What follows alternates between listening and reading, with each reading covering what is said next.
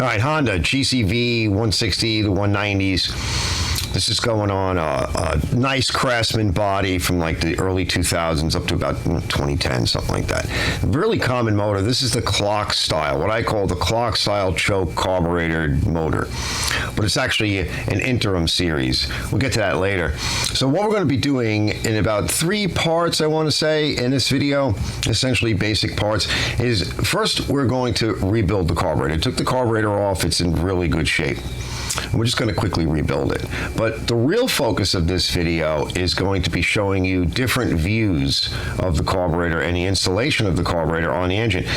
Because it was up on the bench over there. So I took 2 cameras, one overhead, one from the side, and I'm going to try to get in close and show you not so much the rebuild, because that's pretty straightforward, and like I said, this carburetor was pretty clean, but it's the installation with all those gaskets, and then you've got this crazy thing that you got to pass bolts through. And yes, I know some people say you go out and get studs and put them on, but you know what? It really depends upon who you are, when you're going to do it on a Saturday afternoon. You're going to go hunt down studs and everything. Probably not. A lot of people say they love these engines, I love the Lawnmower, but when it comes time to deal with the carburetor, all bets are off. I hate it. I'm done. Get rid of it. So I'm going to show you some tips, and that'll be in the sort of first and second part. First part's really just the carburetor. We're going to show it, I'm going to rebuild it, I'm going to give you some tips on the rebuilding process of it. Pretty fast, pretty quick. We got about a half an hour to do all of this. So if I leave something out, fellas, that's the way it is. So we'll get through that, and then I'm in the different views, because you can see things differently than when the motor is planted on the lawnmower and you're probably kneeling on the ground and fussing with it.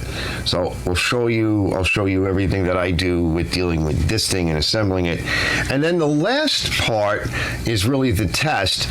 And what I generally do, and again, this is an intro. So you see these, by the way, you see these ferrules here, right? They are ferrules. They usually pop out, but this thing's a little bit dirty, but I'm actually pushing on it. You can push those ferrules right out with a screwdriver. I either take those 2 out and I'll bush the screws that hold the carburetor in, and I will not install this the first time, regardless of what type of choke you have or what year vintage it is. I tend to do that first. Because the way the bolts are set up is that takes up clearance, and you can't just put the bolts in, it won't tighten the carburetor down. So I'll either use these, or, and here's a nice one I just dug out of the backyard, it's for another machine that I want to change the hat. So these are the bushings. So these bushings go in here, right? And they come in different sizes. Like this is a longer one, I think, for Kohler. This is the correct size, right, for the Honda. I pop these out. Now, word of caution, right? They tend to pop out. Sometimes they do, sometimes they don't. Sometimes you can't get them out. I use these, and I bolt the carburetor up, and that way I can see the choke action. I can see that I've assembled the choke properly, and you're going to see in the third part that I do that, and I find an issue because she was still hunting and still surging and still not running right. And when you look into the carburetor and hear me go through the carburetor build and talk about jet size and everything, you know it's not the carb doing it. And you know, I got a little lazy and I reused a gasket, so I want to go over the gasket arrangement. I reused one of the older gaskets. I have some gasket kits here. I need more. You can buy them on Amazon and what have you. We'll get to that. Now, lastly, let me get you out of here on this and we'll get started with the video, is three 10 millimeter nuts hold this on. When you go to do a carb rebuild or anything like that, it's time for a full service. Take this top off, get it out of your way. There's no way you can do a carb install properly unless you're doing this by rote, because you've done it so many times. Take this off. Clean everything out with a hose and maybe a little super clean. It's your time to do an oil change, sharpen your blade, clean the deck, clean it all the way around the carburetor, because you're going to be knocking gack back in, causing all kinds of problems. Put a fresh plug in it, do an oil change. Now on top of it, I clean the engine up. I'm rebuilding this thing. This is a different motor. It's actually from the similar Craftsman, but one made from 2. I went over the valves. I went over the ignition. So by the time I put that carburetor on and go to troubleshoot the carburetor, the plug, the ignition system has been cleaned and reset, the tank is cleaned out, the valves are checked or redone. Everything has gone through. So if you have any questions about that, there are separate videos for that in this series. And that's really important because the carb is your last step. And if you're having a tuning issue, you want to rule out everything else. All right, let's get out of here. Let's get started on the video. See you guys in a minute.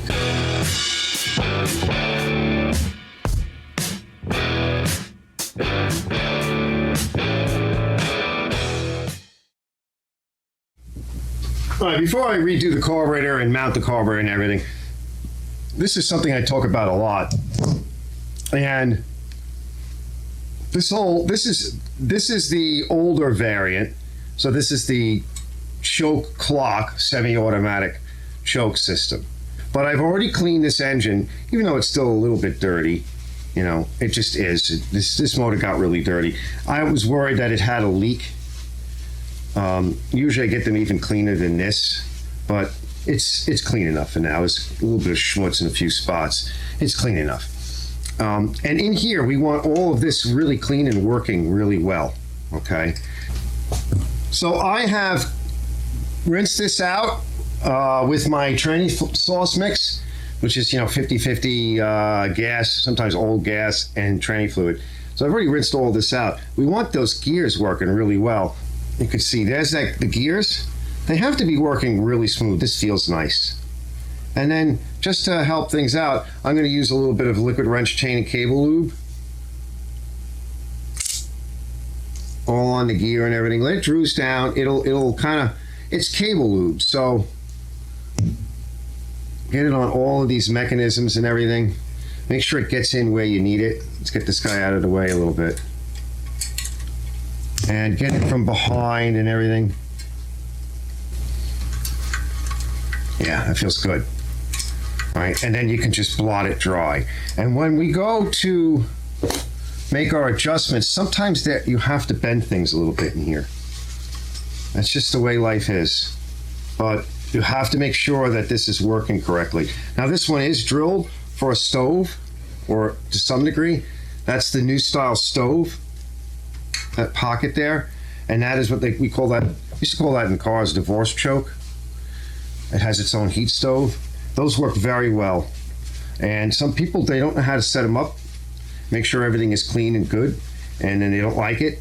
They think it doesn't work well, but it actually works very well. If you have the carburetor set right and the valves set right and everything set right, all this work, even this will work very good. I just don't like this system. And sometimes there's a little bit of gack right there, but it's too far out of the way. But blow it with low pressure air, and then just the chain wax is a little too thick. And if you want, you can come back, let it sit for a little while. Don't blow it off all right away. Just blot it, and just like on your bicycle chain, it's not going to sling. You just need time to let it set up. All right, let me get to the carburetor. All right, the carburetor is pretty clean because I washed it with the pressure washer, but I just went over it again. Let's zoom in a little. And we peeked in it. All right, that's 9mm. Let's get to 10. And it was in good shape when I peeked into it. So let's just take it apart and just rinse it out.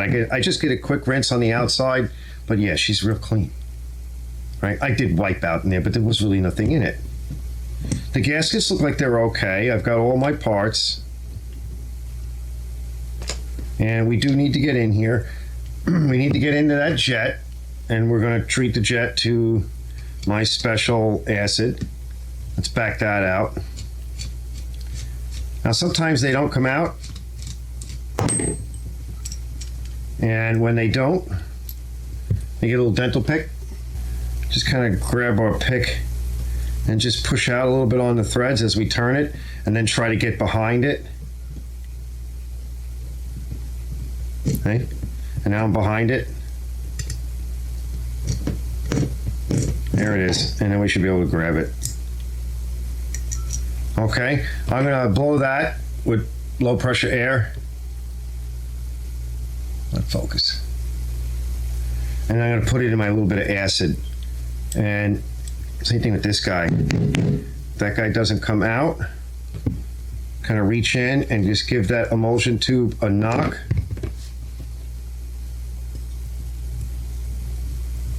So she's stuck. She shouldn't be that stuck. Hold on. Sometimes that's what's wrong with it. This is a carburetor tool for a Tecumseh. Oh, wow. Yeah, she shouldn't be that stuck.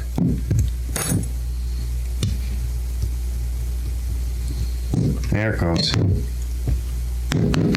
Sometimes, right, there's crap in there. Let me blow it. When they're like this, you definitely want to run a brush in there.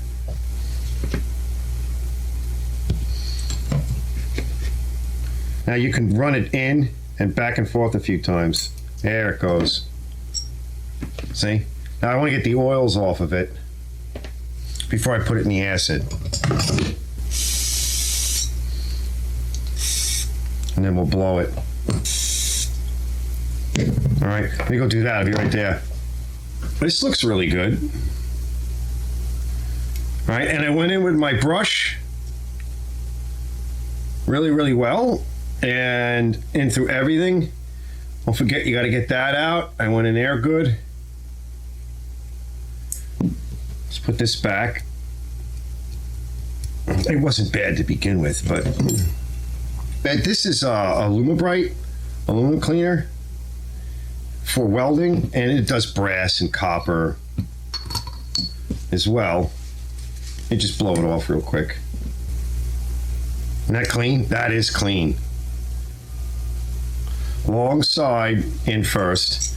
We could use a little bit of our assembly lube release agent. Now, put a little bit on the gasket surface too for now. We'll get more on there in a bit.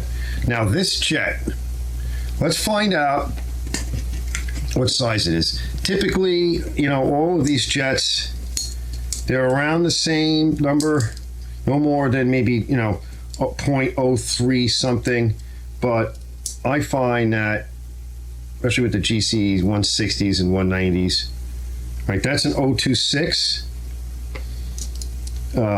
They get a little bit of schmutz inside, and this is an 0.25, so that fits in there good. But we're going to just open it up a little bit, and usually what will happen is when they get old, the jet gets a little older, the engine gets a little older, things get out of tolerance a little bit, and EPA makes everything so ridiculously tight on its clearances. You need to drill out the main jet a little bit. Now we'll go back and test, but that's good. So it did. It opened it up a little bit. Probably what it did was it removed oxidation, because you can't see that. That is very minute. So we're now at 0.026. Now, for 190cc here at sea level, that's important because I'm only a couple of feet above sea level. 028 is the next. I find about 031 is max for anything. 031, 032, but this is a GC 160. It's not even a 190. So we're going to be conservative on this right now, even if I have to take the carb off one more time. We don't want to overdo it. Just snug it up. Now this is a shaved shank, you know, shaved shoulders. And I like them a little bit longer because it gives me a little extra torque for some of these that get stuck. It has an interesting way of flexing a little bit and applying a little bit of additional torque and twisting force without overdoing it. I just, you know, that's just something that I've noticed over many years of doing things by hand. All right, let me put this back together. Put a little lubricant on a few spots, and we'll put it up on the table. We'll see if we can kind of get it set up on the table. Maybe we can see it better. I think we might be able to. Why not, right?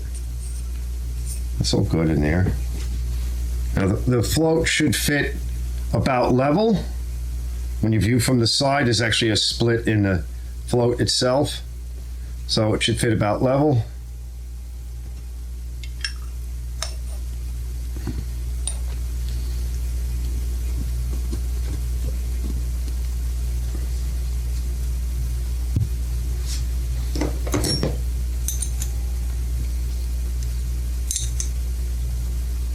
That's nice and tight.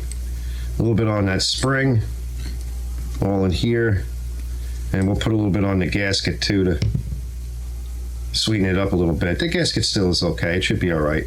There was more to this gasket. There's like a block for dirt and heat, but we should be okay. Everything is working good.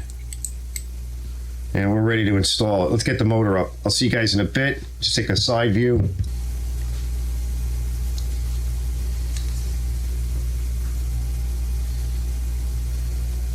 Yeah, we're good to go.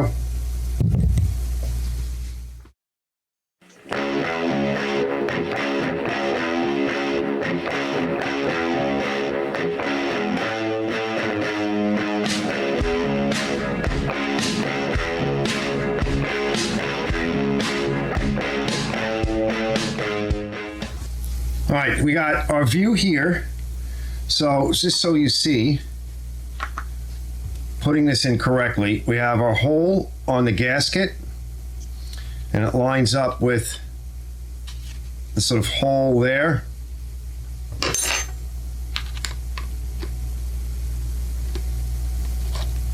Try and show it. I'll show it in the other view as well. Hole, and it's got to line up with the hole there.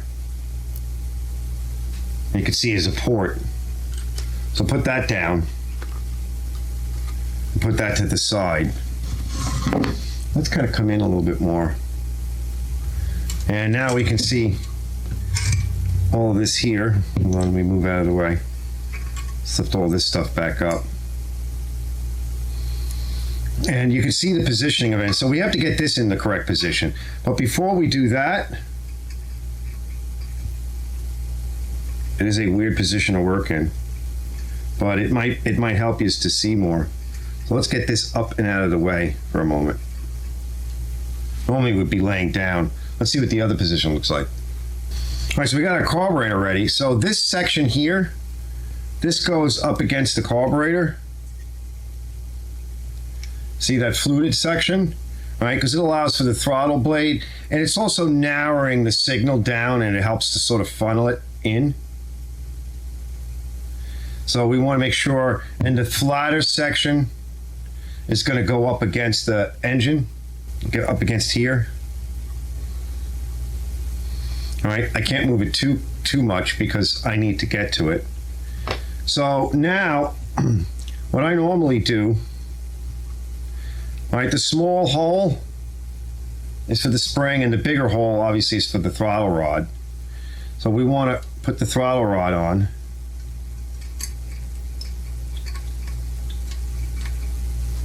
And hang the spring. And I've already blown out the hose. So I'm going to be holding it like this. This we want down. Okay, we want this guy down, this flapper down. We want to get the fuel line on. So I've already put some lubricant on it.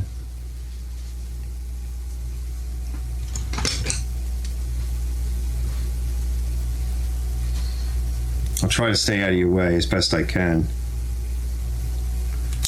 Just kind of flex it and open it. Twist it. It kind of opens it, and I can get it up and on. All right, we're good there. So we're basically ready. Now, we got to organize this so this goes the correct way. You can glue this on. So we're holding it like that. We can actually see it here. This has got to go down or towards the back of the engine. All right, now we want to get this whole assembly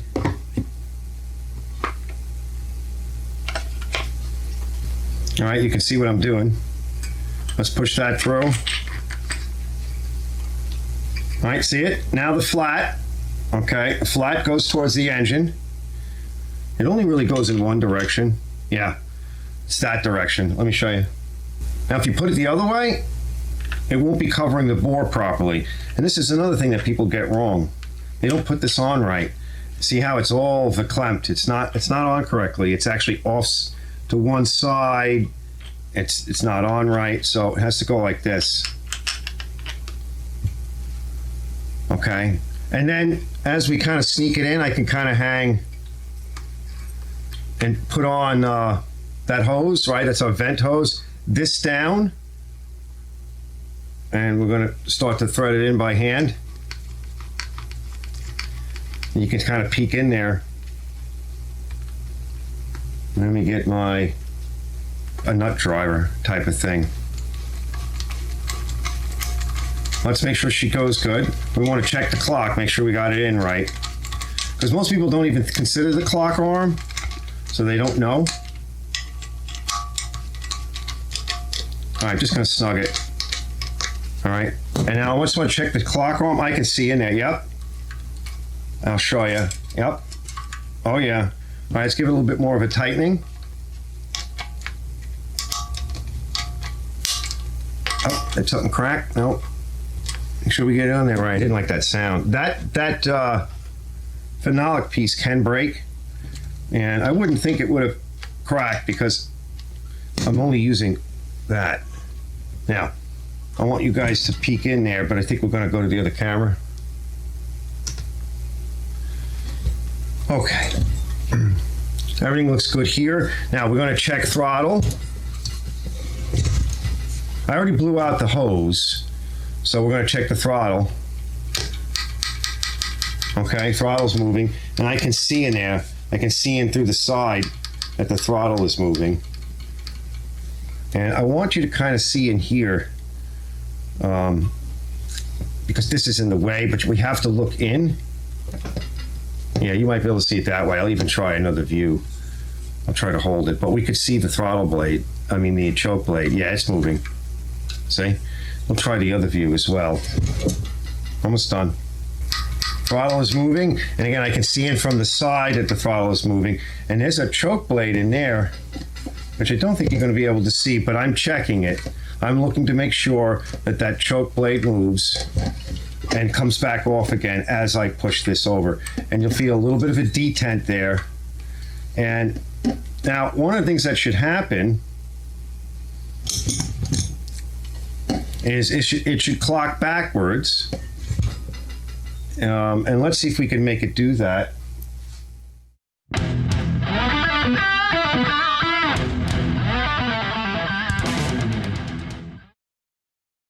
Now that the clock is working, all right, we have one more job to do. Now I've pulled back this brake as far as I can, and I will show you in 2 camera views. We'll do one at a time, and we're going to make an adjustment.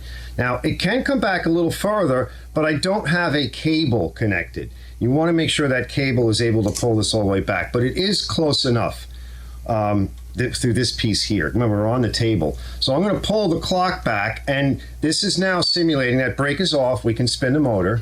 And right now, this is simulating when we pull the brake handle back, or they call it the zone control or whatever. So it's simulating that. So you turn the clock on, you start the clock, you go over to the handle, you pull the handle back, the brake comes off, the ignition kill comes off, right? We should be able to start the engine. You're holding that handle back, and this mechanism now should allow this clock to start timing out, okay? And what it's trying to do is pull back on here. And let me show you, because it's not quite taut enough. It needs to be adjusted. So if I kind of just give it a little bit of a nudge, see? It pulls this back more, and there goes our clock. Now I'm going to give you the top view as well. And there goes our clock is off. All right, so now top view, right? Here, we're off on the clock, okay? Choke is off. Here's our mechanism, here's our brake, and here's my thing that I made, okay? And here's where the lever to the cable to the lever would go. So right now it's not fully off, all right? It's actually, the brake is kind of on a little bit. And so when I pull this clock back and start the clock, it stays. So this is simulating you turning this on, a semi-automatic choke. Now you're walking over to the handle. You haven't put your hands on the handle yet. Now let's pull back the handle, taking the brake all the way off, freeing up the ignition switch so the engine should start. We're going to simulate. I got a pair of pliers in my hand, see? There we go. There it goes. Okay. Now that's correct. Now let's say for some reason or other that's not happening.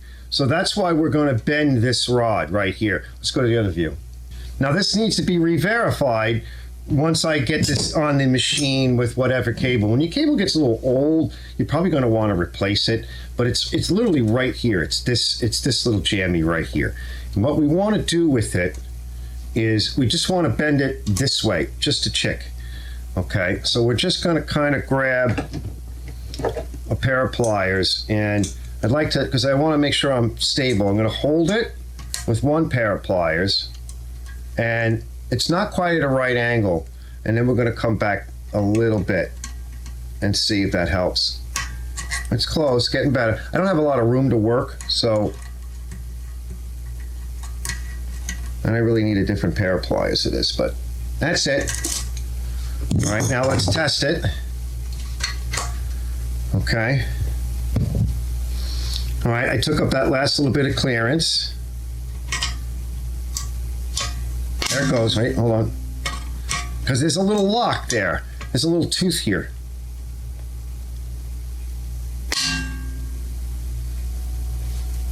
See it all? Do it again. All right, come over to the handle. I see now there's no more clearance. I just took a little clearance off of it. And again, I want to check this out when I set the machine up. And here we go. Pull the handle back. Wait, hold on. Sorry. It already started. Do it again. So it lifts up that little lock, and there goes our automatic choke or clock. So that's functioning. So again, I lubricated all that. It's all clean. I want to check the coil. We have a couple other things to do. I blew out my filter here, so we're good there. A little bit of gum out, blow it this way, blow it back the other way before you put the carb on. Everything is good. That's the correct way to do it.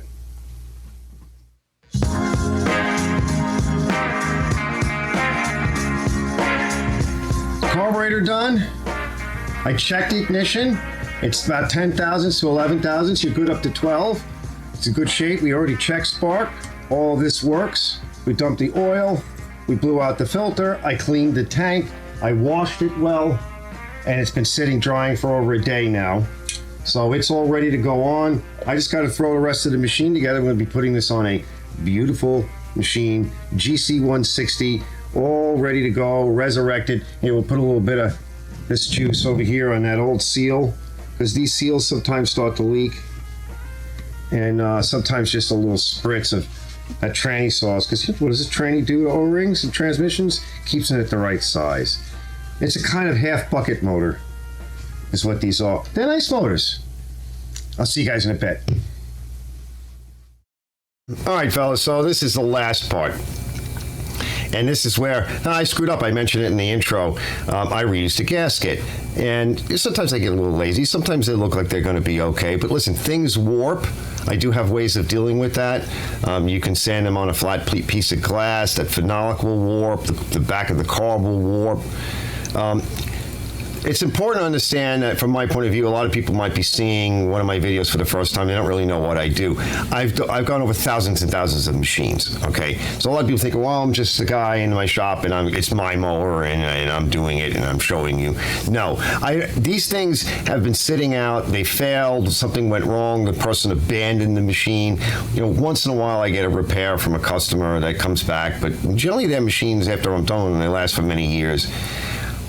This is stuff that's been abandoned. You find it on the side of the road. I got a connection to the guy at the junkie. I'm getting this stuff. I'm piling it up in the garden. And then it might sit with me for a long time. So these things are all totally unknowns. And I have to say, on the Honda, generally I do pretty good. This carburetor was really clean. I get sometimes some marginal stuff, depending upon the compression of the engine and other wear issues or whatever. There's been times where there's a video I got to come out with at some point, is that this carburetor the whole engine just fought me. I see things where people move the spring on the governor, or the spring's getting beat, or they've changed the governor setting on the arm, and you don't know it because you just get this thing. You don't know what the other person did or had done to it. It was fooling around with it, and you're trying to tune it. So that's one of the reasons why I generally start off with this not on the carburetor. So that's the section that we're going to go into right now. We'll finish up there, and we can take a closer look, and I'm going to do a little diagnostic. we'll poke around a little bit and we'll experiment with it, and we'll see how the engine runs. And this is usually the very first time that any of these engines have run. It's like a will it run in years of sitting out. Like I said, sometimes the water gets in these machines, and so this is my introduction to myself, the very first time seeing one of these engines run. You know, I do all the diagnostics and compressions and all that before I even get started, but you still don't know, right? It is sort of a game and a mystery. Let's go to this last segment, and I'll see you quick on the outro in a bit. Choke on. We'll let it run.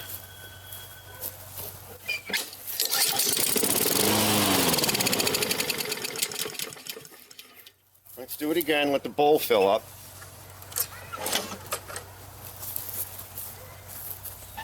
It's cold out.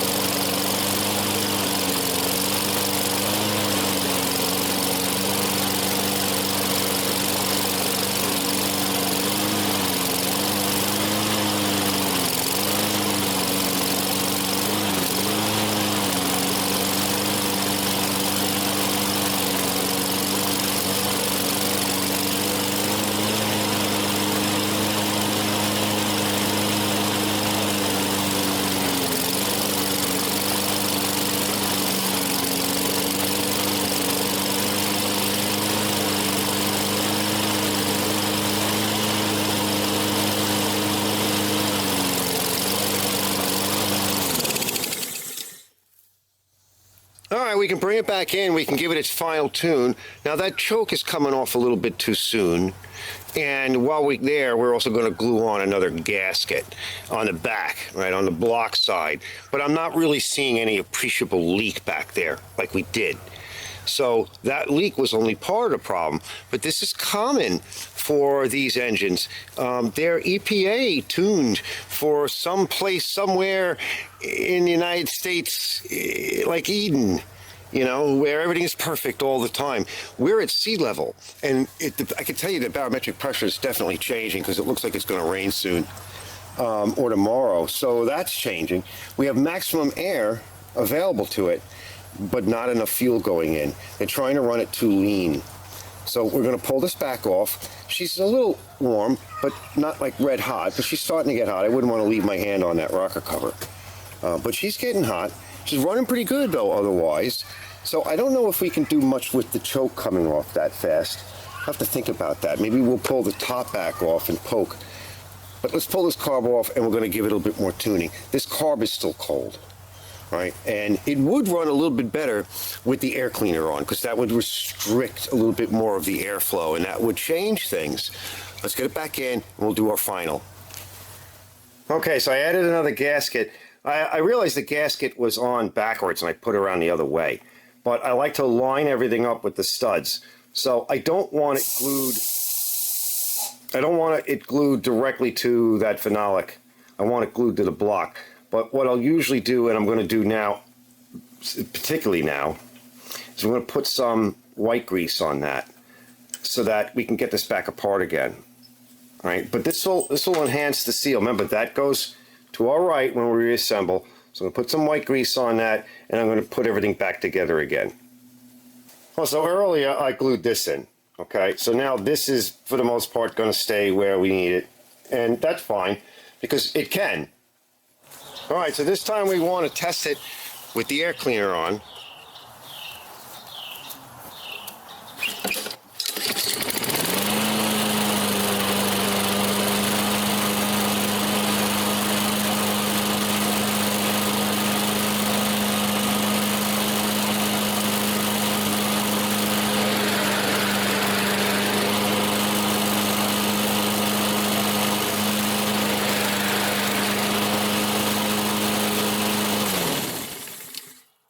Oh, that's sweet. All right, let's bring it in. Hopefully it was helpful. There are other videos in this particular series. I haven't released a video as of the publish of this video. I haven't released a video on the rest of the build of this machine, but you guys obviously are getting a real good sneak peek at it. It's a beautiful machine. It runs really good. Sells immediately. You get a decent buck for them. There are, other variations there, even of the newest style choke. There's even variations within that. So you may have something very simple, similar, but it's the same thing. It really is the same setup for almost any of these engines. And lastly, and again, I said I'd get you out of here. Lastly is, whether you love the mower, I have a video on best damn mower on the planet, the HRX 217. I think it really is probably one of the best on the planet. They stopped making these mowers. They don't make mowers for the general consumer anymore, and it's a shame, because I think you're starting to see the prices of these mowers used go up. So if you have one, hold on to it. Maybe you can find one. They are actually very good mowers. Today, to buy something even remotely equivalent, you're above the $500 mark, to $1,000 or somewhere around there. That's where you're at. Okay, so knock them all you want, but the stuff that's being sold out there today is just absolute trash. So I think it's a good buy if you have one, or if you find one on Marketplace or something, pick it up. There's my videos. I got tons of videos on Honda. Other people do, and I think you'll have a good machine that'll last you a long time once you've gone over everything. And I want to thank everybody for watching this video, and everybody that's been liking and subscribing on this channel and really helping me out. I'll see you on the next video. Archer's Garage.